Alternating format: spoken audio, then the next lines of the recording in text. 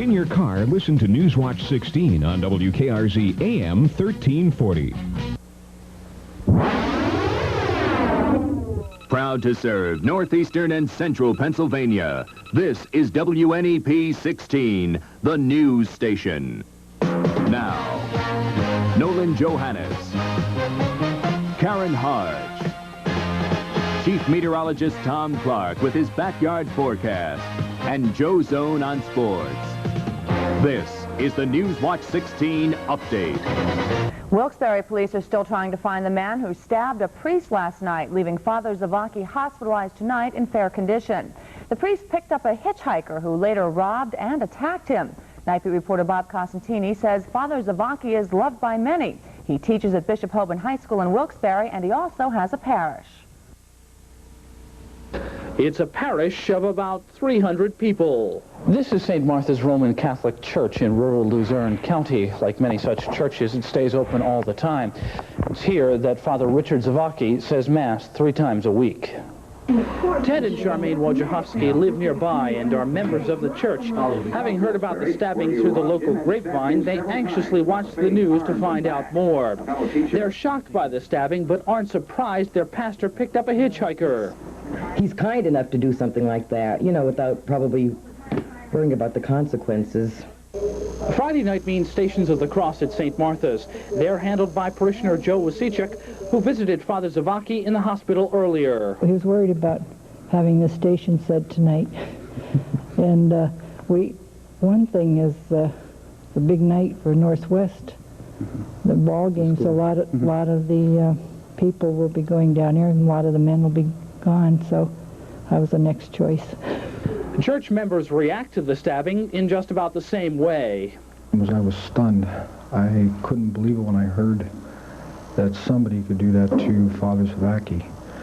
I've known Father for some time, and he's got to be one of the most kindest, dearest people that I have ever met. Mass will be held at St. Martha's this weekend, with priests from neighboring areas handling the services. Bob Costantini, Newswatch 16, Fairmont Township, Luzerne County. There's been a lot of concern lately over a cancer-causing pesticide called EDB in our food. And as Newswatch 16's Craig Stevens reports, there's one woman in Lycoming County who has a special reason to be worried. What first brought your attention to it? Linda Gramling of Muncie is 3 months pregnant and is suddenly worried about the health of her unborn child.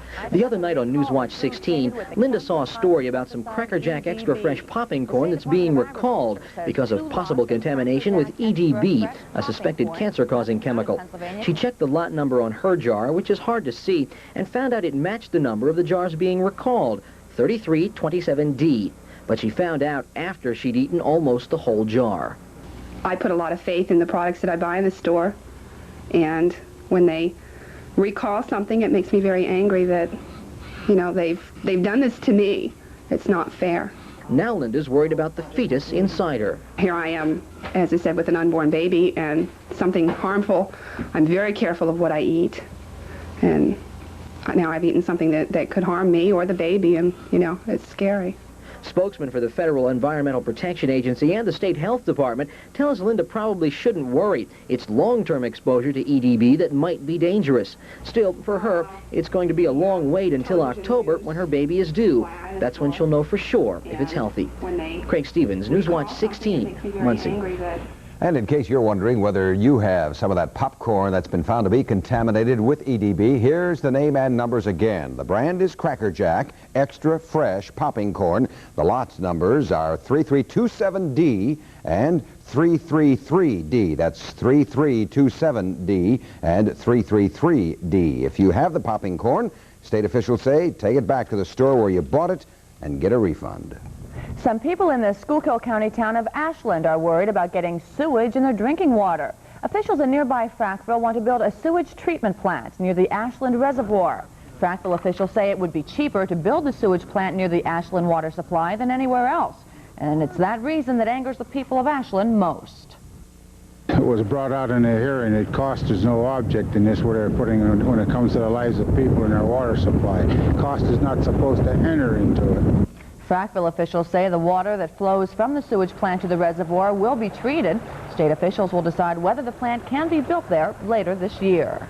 The nuclear power plant near Berwick is producing electricity once again. The Salem Township plant's Unit 1 shut itself down automatically on March 3rd due to a malfunction and required some complex repairs. Also today, the Nuclear Regulatory Commission granted PP&L a license for the new plant's Unit 2 reactor. That clears the way for loading uranium fuel rods into the reactor. Tests will then begin at the Luzerne County plant. Meteorologist Tom Clark will be heading outside to check out our weekend spring forecast. That's right. First weekend of spring, is it? That's correct. That's right. I'm confident of two things. What's that? There's going to be scattered light towards morning, and then it won't rain tomorrow. Oh. All right? We'll have the good news when we come back.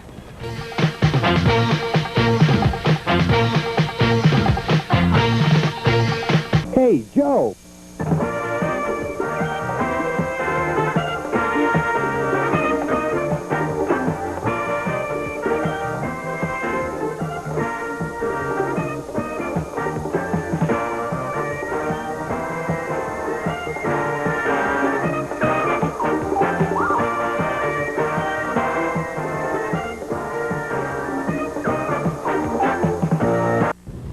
You could call it conscience money, but to state treasury officials, it's just cold cash. A New York State man says he once littered a highway in Bradford County and is therefore sending $60 in cash to ease his conscience.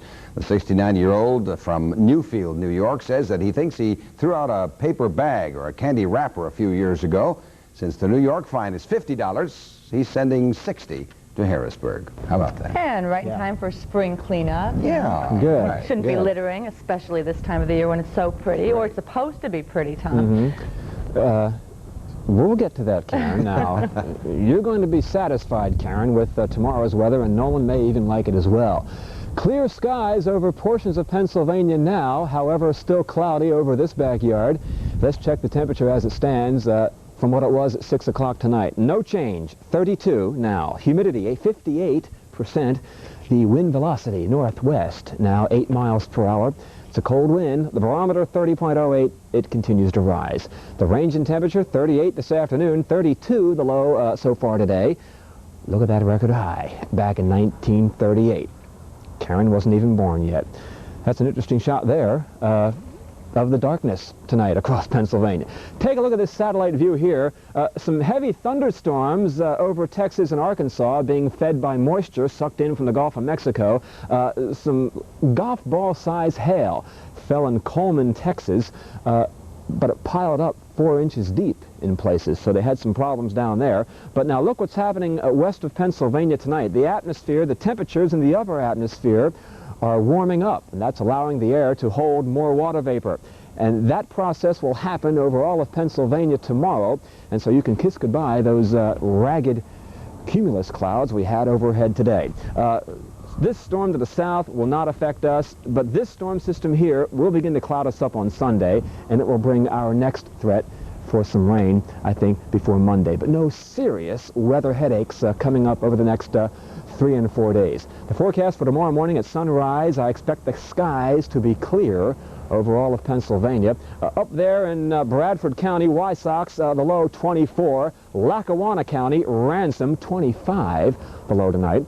Out there in the Poconos, Monroe County, Buck Hill Falls, 23. Down in Schuylkill County, Ringtown, 24 the low tonight. Out there in South Williamsport, 23 degrees at sunrise tomorrow.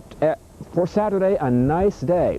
Lots of sunshine, a couple of cirrus, well, a high, thin layer of cirrus clouds may dim the sun a little bit in the afternoon, but that's nothing to be concerned about. 46, the high up there in Brushville, Susquehanna County. 48 in Taylor, Hazleton, Sunbury, 51, and in Montoursville, about 48, the high tomorrow. A westerly wind should behave itself no more than 15 miles per hour. The Health Watch reflecting all that sunshine tomorrow. Reflex is high. A good day for joggers, maybe even a good day for winning an argument. And with that mood index high like that, well, you'll think positive for sure. 6 a.m., that's sunrise, and 6:20 in the p.m. Okay, clearing tonight, sunshine tomorrow, 48 degrees. A better Saturday than what it was last Saturday. Sunday, some sunshine in the morning, increasing cloudiness during the day, maybe a little bit of light rain Sunday night, 46. Partly sunny on Monday and fair Tuesday. Not looking too bad at all. A nice day coming up tomorrow. In fact, so nice, Karen and Nolan, that you may get the urge to wash your car. So be prepared for that. And take a nice spring drive, too, right?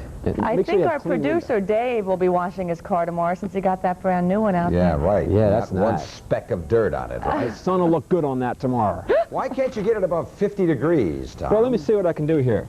Yeah. There Oh, you go. that looks How about good. that? Change it, though. How about 85, as long as we're... Thanks a lot, Tom. Tom. Later. Well, everyone is gearing up for the Pennsylvania primary next month, and so is WNEP TV. Monday night, April 2nd, we will co-sponsor, along with the League of Women Voters of Wilkes-Barre, a debate between all 4 Democratic candidates in the race for representative of the 11th Congressional District. We'll broadcast it live from 8 to 9 that night at Wyoming Seminary in Kingston. Newswatch 16's Frank Andrews and I will be moderators. And if you'd like to be in our live audience, contact the League of Women Voters of Wilkes-Barre. All right. And still ahead, Lucky's luck runs out. Plus, Joe Zone has basketball from all over the place, including a couple college tournaments and big state playoffs. The 16th Sports Screen is next.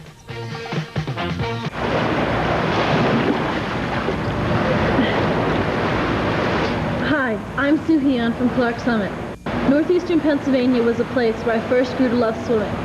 At Abington Heights, I spent a lot of hours in the pool, but it's nothing like 8 hours a day that I spend in training here at Germantown Academy for the 1984 Olympics. Please support the United States Olympic Foundation, and who knows, maybe you'll be seeing me in the 1984 Games. What a terrific basketball night it was tonight. Great big boys doubleheader in Pottsville. Northwest area, Bishop Hoban in the state quarterfinals. Tim Carlson was at Martz Hall where it all happened. By 4 points as the second half begins. Watch top scorer with 30. Jeff Stieber hit from underneath for the Rangers. Then Dave Moylan had 25 for Fleetwood. He nails it from the outside. But the Rangers start to blow it open in the third period. Kevin Ustat with a great move and a one-hander off the glass, and Northwest is up by 12.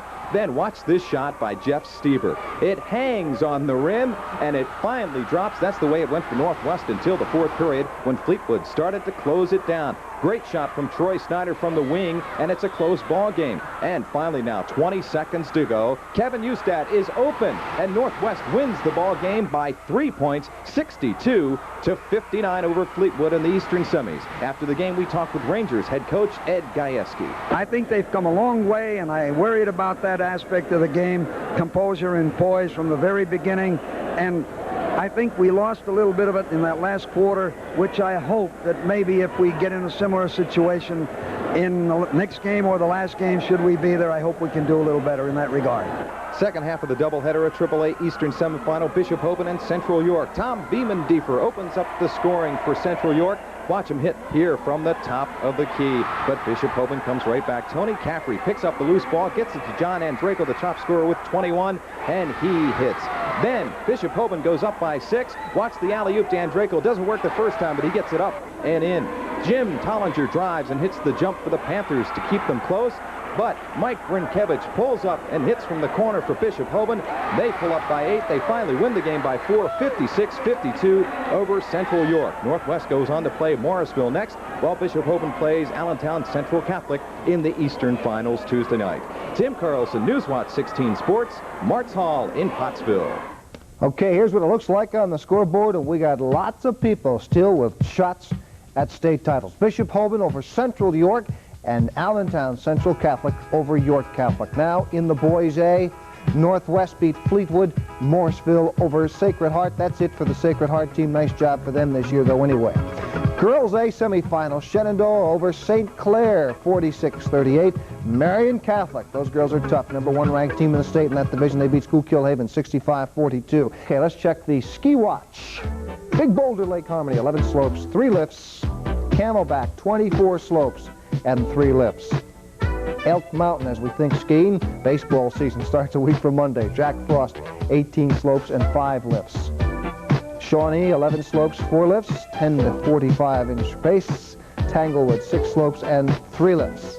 And there's the fish forecast with trout season 3 weeks from tomorrow night. And for you trout fishermen, tomorrow night some fly tying on Pennsylvania Outdoor Life. Very good. Heard you on the radio tonight too, Joe. Yes, that was fun. Yeah, it was a lot of fun. You did very well. You did a good job. Newswatch 16 takes you to basic training next. No, not the military, but something that is critical to the blind.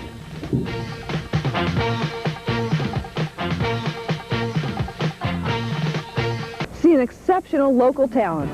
Tonight at 7. When you think of basic training, most of us conjure up pictures of military recruits slogging through the mud. But Newswatch 16's Jacqueline Carr reports on a basic training that happens in homes. Meet Tilly, a 9-month-old Labrador who lives with the Borden family here in Broadheadsville. Tilly is part of a project between Monroe County 4-H'ers like Monica Borden and a New York school for guide dogs. Tilly starts officially training as a seeing eye dog in a few months, but first she needs a foster home to teach her the basics.